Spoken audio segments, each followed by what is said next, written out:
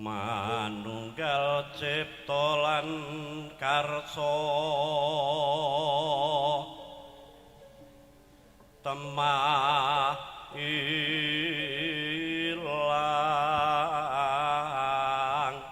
ing panandang sayekti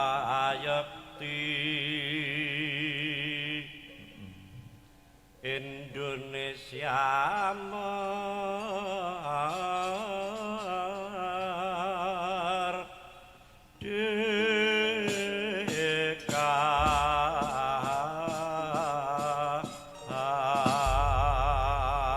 merenungi pengorbanan dan perjuanganing para pahlawan.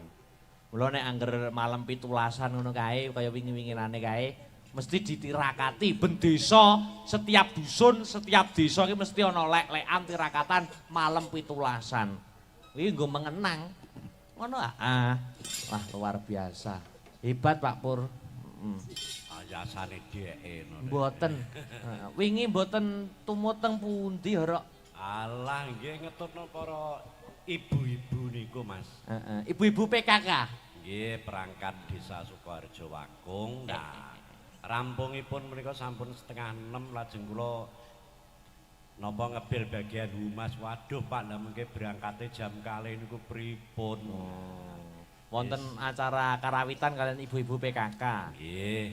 Bar masaku Pak Pur niku wis nyuwun sewu pun pengrawit senior teng Nganjuk kok ya isih kober-kobere napa niku kalih ibu-ibu PKK. Nggih, udon-udon Mas. Tek nggih aktif lho. Senin PKK, Rebo PKK, Jumat PKK. Masaku kok pekekak. Kok isine kok pekekak tok lho. Niki ditibane napa Pak Pur? Pun monggo kersa dumateng kadang-kadang Wiraswarawati. Mbak Enggar. Nggih. Sampean jumeneng, Mbak. Ya. Nggih. Jumeneng. Sing pelok 6, monggo bebas. Nah. Monggo kersa sing pelok 6. Nggih, Napa? Setya tuhu nggih. Oke. Setya tuhu. Gandeng pun dibawani langsung bukane celuk. Nggih. Setya tuhu. Mangga, Setya tuhu Mbak Enggar. Yo.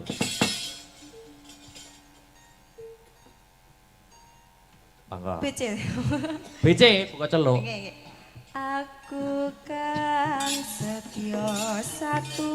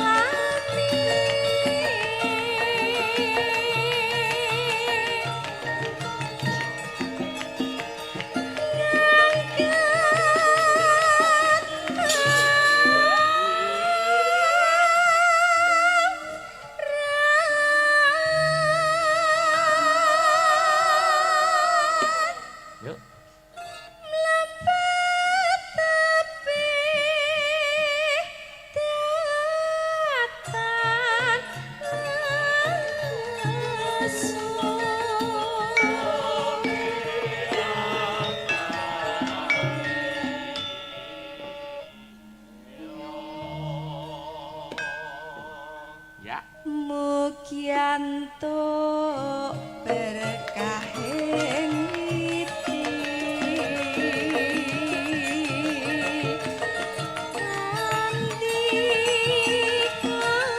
ngomong tansah limpah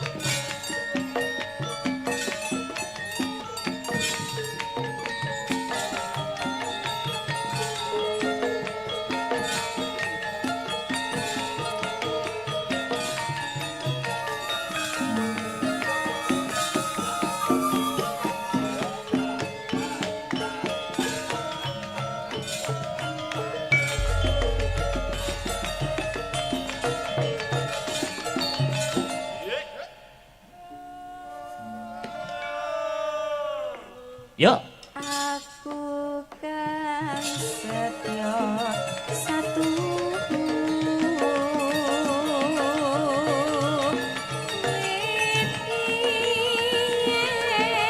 nganti saiki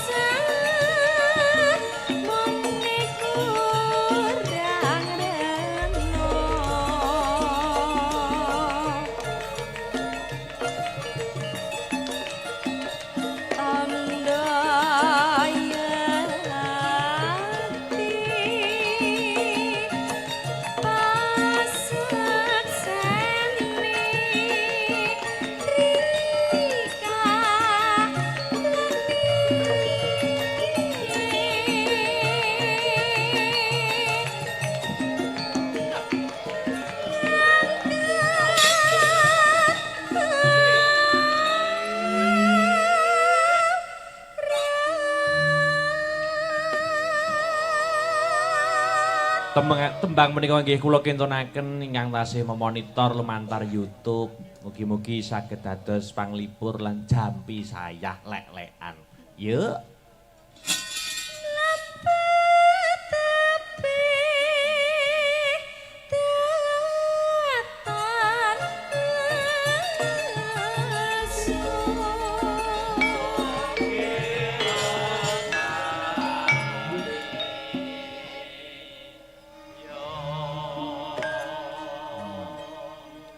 Ya. Mugi antuk berkahing widi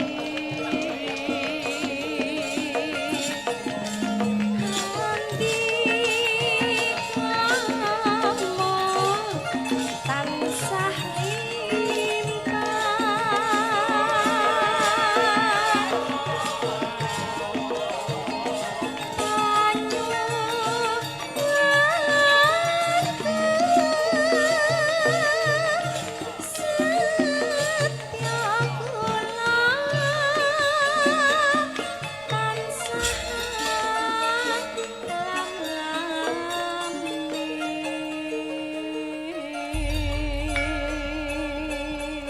Terima kasih Mbak Enggar. Ini malam minggu ya iki ya? Inggih malam minggu. Besok berarti mboten ada jadwal mengajar. Mengajari inggih libur. Mengajar. Luar biasa. Jenenge Bhinneka Tunggal Ika itu anggota Asta Brata iki dengan berlatar belakangnya beda-beda. Wow. Jadi ana sing wis macem-macem. Urung iki sing nyepeng rebab mau sing Mas Aryo kuwi. Itu Aryane loro ngene iki. Arya karo Aryo. Aku cocoke bingung. Kontak kuwi sing jenenge Aryo ana 5. Mula kuwi kuwi wah wis nek Aryo sing rebab kuwi iki sregep banget tak kuwi. Ning Solo kuwi aku wis nyekseni ya. Pokoke tak critakne sing sregep-sregepe tok. Karena aku, Arya dan Aryo itu saling menjaga aib. Jane ya wis padha mudenge jane iki wis meneng ngono ya.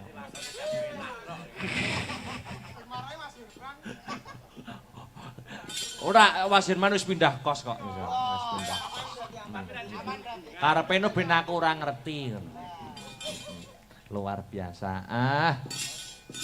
Ya iki ana pamundhut mau lumantar WA saka Bojonegoro sing selalu memantau awake dhewe. Iki go memantau lewat YouTube nyuwun pepeling Slindru Songo. Pepeling. Nggo ngelingke agamane awake dhewe urip. Dengan agama hidup akan terarah, dengan ilmu hidup akan mudah, dengan budaya hidup akan indah. Oh iya. Katur, peweling. Monggo tak tuntak, yuk. Iki ganti formasi to. Oh iya.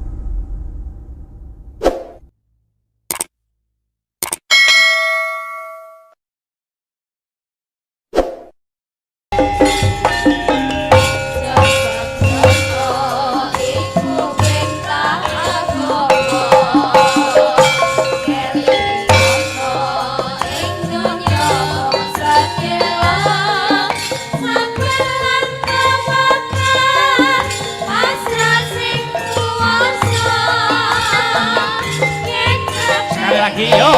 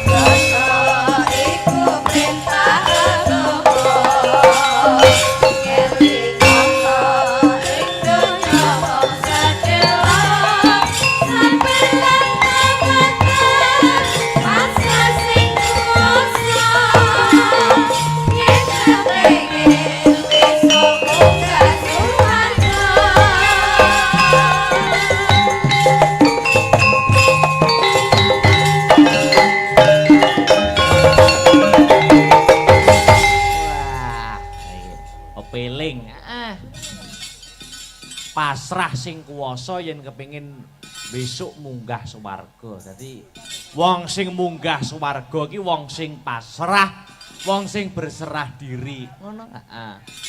Mula saiki iki jaman saiki akeh wong sing sok memelintir ayat. Ngono. Heeh. Kaya ayat-ayat sing dipolitisasi. Kaya-kaya agama sing bener iki, kapercayan sing bener iki. Kamangka upama digelem mencerna ngono sejatine ora secupet kuwi. Contone tembung Islam kuwi saka tembung slamet. Ngono ah. Dadi sapa wae sing kepengin slamet kuwi berserah diri. Mula ana tembunge dalile agama ke inadin indallahil Islam, ya toh. Islam ki wit jaman biyen ki ora kok di kotak-kotakan. Lah saiki nek agama iki kaya partai politik ngono ha. Kamangka ning kono ki maknane tafsire sing bener kuwi ora ya kuwi wong sing berserah diri. Oh ngono terus. Wah, luar biasa angkitan besar karya Ki Haji Anom Suroto, maestro pedalangan. Wah, hebat. Iki aku mau entuk laporan. Warga masyarakat kang mapan ana ing Kurgan Bojonegoro wingi awake dhewe bar sowan mrana sak kanca iki bengi iki apa kuwi kok nanggap neh bengi iki. Apa iki proyektor nyetel ning kono. Bengi iki setel nonton bareng ning kono. Wah, luar biasa. Wingi wis sowan rono, heeh. Aku ki wingi bar mayang ning kono to. Wis medun panggung. Wis medhun panggung arep salin ning kamar mandi. Ya ana Prabu Hastabrata ki ora tak sebut jenenge. Cah loro omongan.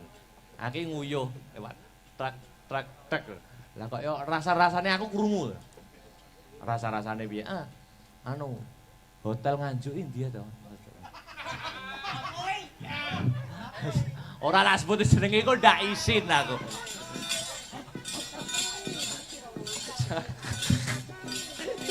Iya.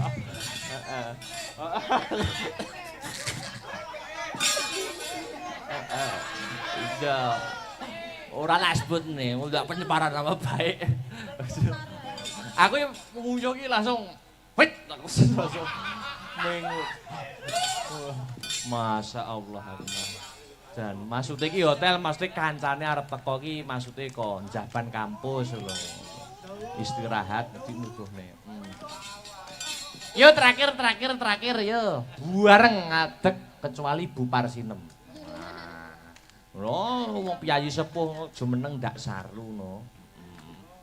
Ayo, Dik Petrisa, Dik Niken, Dik Sinta, Mbak Enggar. Wabeh jumeneng ya. Jumeneng. Ya ta? Terus lungguh neh. Yo nembang kok. Nah, iya. Ya iki lakone dawa iki.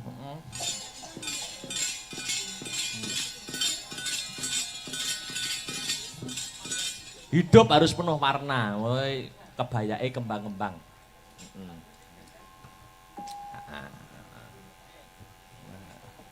Miki cukup mboten?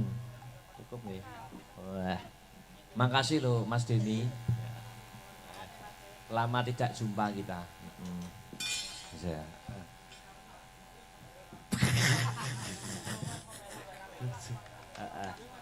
Bebas apa mawon. Nawa tembange monggo. Gamelan kenging musik ya kenging. Ning aja kaya wingi. Ngerok ya. Ora wingi iso wah kebayangan nganti lakone meh ora kecandak. Ramu goro-goro setengah papat. Yakin Pak Pur niku lho. Mboten temut iki. Setengah papat lho, asli ramu goro-goro. Monggo bebas. Nggih, napa niki? Bebas, monggo persetujuan kanca-kanca. Lah niki